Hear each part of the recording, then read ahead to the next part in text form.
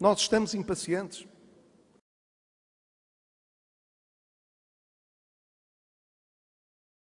O problema é que o Estado, o Governo está a prometer alienar participações como quem vende os anéis para ir buscar dinheiro. Nós não podemos aumentar esta receita aumentando mais impostos. Porque de cada vez que tivemos um problema de finanças públicas em Portugal nos últimos anos, a receita foi sempre a mesma, foi pôr as famílias e as empresas a pagar mais impostos. Não é a favor, portanto, e é bem claro nesta obra, não é a favor do aumento dos impostos? Não, acho que o Estado tem de dar o exemplo. Portanto, nós não devemos aumentar os impostos. O orçamento que foi apresentado na Assembleia da República este ano, de alguma maneira vai buscar a quem não pode fugir, que é os funcionários públicos, e, portanto, precisamos de um governo não socialista em Portugal. Não se importam que eu diga isto.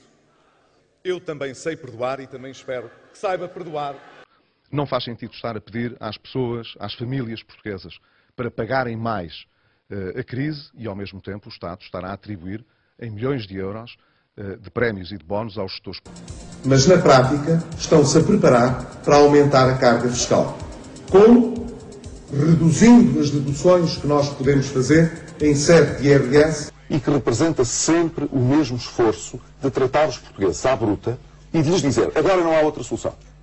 Nós temos um déficit muito grande e, portanto, as pessoas vão ter de o pagar. Eu já sugeri, por mais do que uma vez, a substituição do Procurador-Geral da República. Eu penso que não é... Que os salários mais baixos da função pública possam não perder poder de compra, isto é, ser atualizados apenas pelo nível da inflação, e, portanto, só há duas formas de fazer isto. Tributar mais também o capital financeiro, com certeza que sim. E quero começar por pedir desculpa. Não se pode manter um país a gerir a austeridade sem reforma estrutural e sem crescimento. Aqueles que hoje cumprem, esses não têm ajuda de ninguém, esses pagam a crise.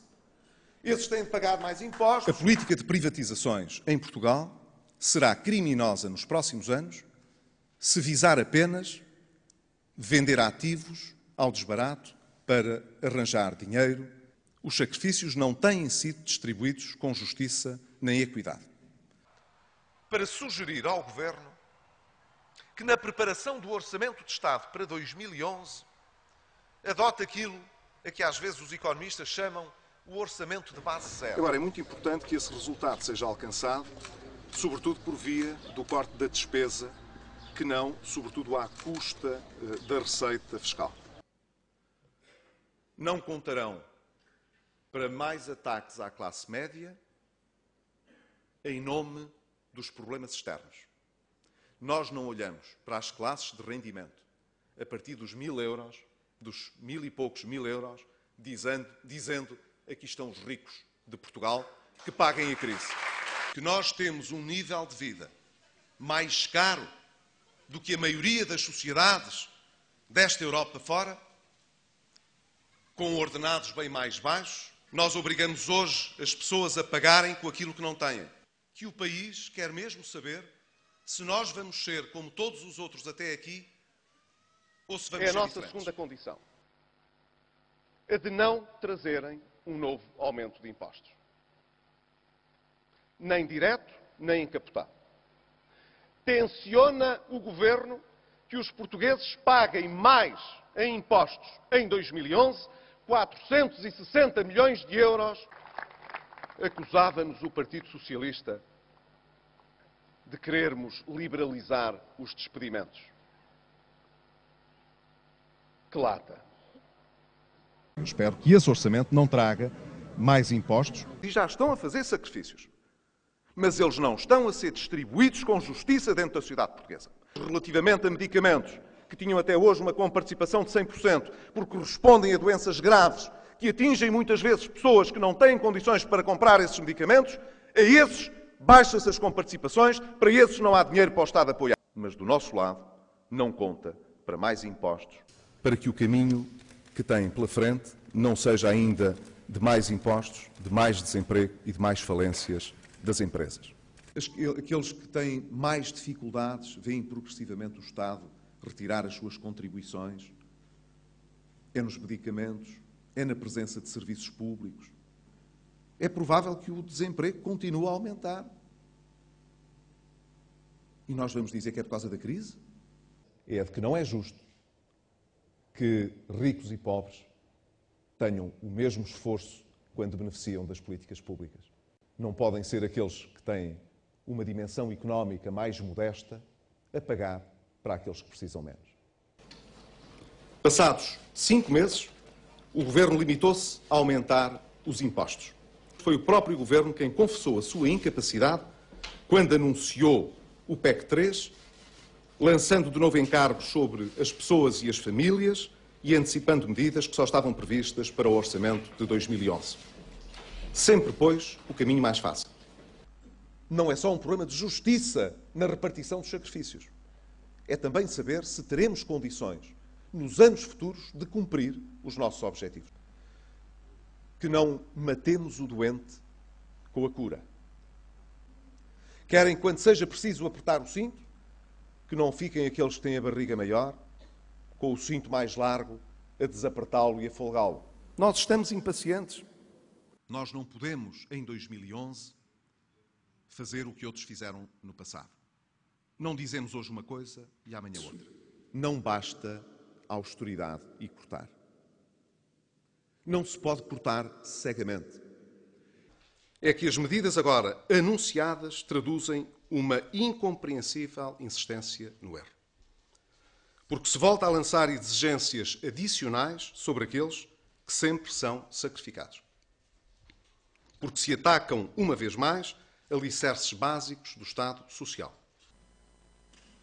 Nós precisamos de valorizar cada vez mais a palavra para que, quando ela é proferida, possamos acreditar nela. Espero, como futuro Primeiro-Ministro, nunca dizer ao país, ingenuamente, que não conhecemos a situação.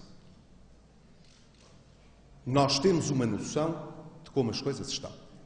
Se eu fosse Primeiro-Ministro, nós não estávamos hoje com as calças na mão a pedir e a impor mais um plano de austeridade. Outra vez, medidas extraordinárias. A transferência do Fundo de Pensões da PT para o Estado.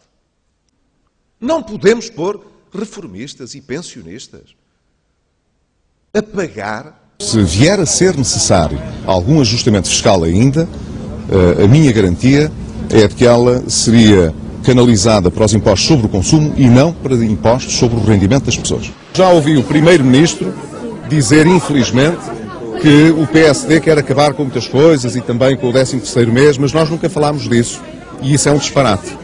Está bem? Pois também achamos. Isso é um disparate. O que o país precisa para superar esta situação de dificuldade não é de mais austeridade. Portugal já vive em austeridade. Mas foi o senhor que falou em mais austeridade. Eu relembro Não. que foi a Bruxelas. Não falou é... na hipótese de mais impostos. Não é assim.